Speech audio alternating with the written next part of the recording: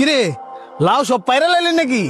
আরে আর কইস না, রাত্রেবেলা অনেক জ্বর হইছে না, এই লাউয়ের ভারে টাল একবার ভাঙ্গা পড়ছে।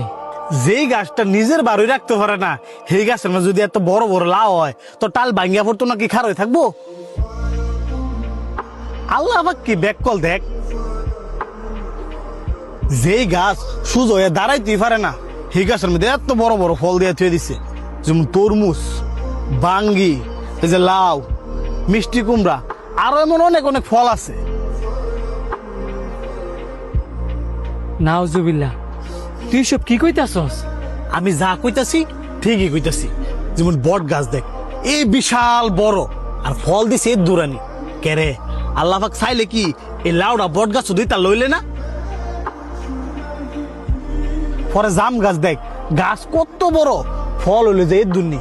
কেরে আল্লাহ পাক চাইলে তো তরমুজটা এই জাম গাছ দুইটা লইলে। পরে গাব গাছ দেখ, যেমন বড় এমন শক্তিশালী, আর ফল দিছে এই দূর দূর। কেরে আল্লাহ পাক চাইলে কি এই মিষ্টি কুমড়াটা এই গাব গাছ ধরাইতে ভালো হইলে না? এরপরেও কি কইবি আল্লাহ পাক বেক করলে আমি করছে না? আস্তাগফিরুল্লাহ, আস্তাগফিরুল্লাহ। আল্লাহ পাক তোর হেদায়েত দান করুক। আই তুই আমার লগে, তোর বুলটা ভাঙাইতেছি।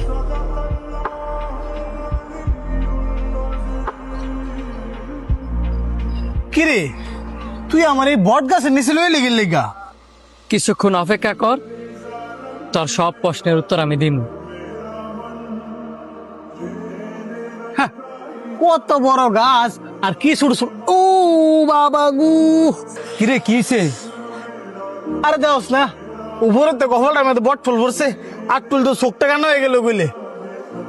সামান্য ছোট্ট একটা বট ফল ফিরিয়া তোর কপালটা ফুইলা গেছে গা। একটা বার চিন্তা করে দেখতো, এই উপরেতে একটা লাউ, একটা তরমুজ বা একটা মিষ্টি কুমড়া যদি তোর মাথার উপরে পড়তো, তোর কি অবস্থাটা হইতো? সামান্য এই বট ফুল পরে আমার এই অবস্থা, আর হেগুলো ফুললে তো আমি বাঁচলাম বলেই না।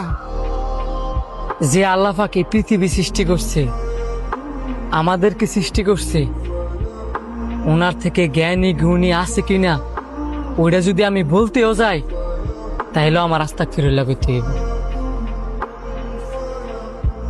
আল্লাহ পাক হচ্ছে উত্তম পরিকল্পনাকারী। উনি যা সৃষ্টি করছেন সেভাবে সৃষ্টি করছেন, বুঝেই করছেন। ওই বুঝার ক্ষমতা তোর আমার কারোরই নেই। তবা তবা তবা তবা, আল্লাহ আমি না জানি তোমার বিষয়ে কত করে কথা কইছি। আল্লাহ তুমি আমার মাফ করে দাও।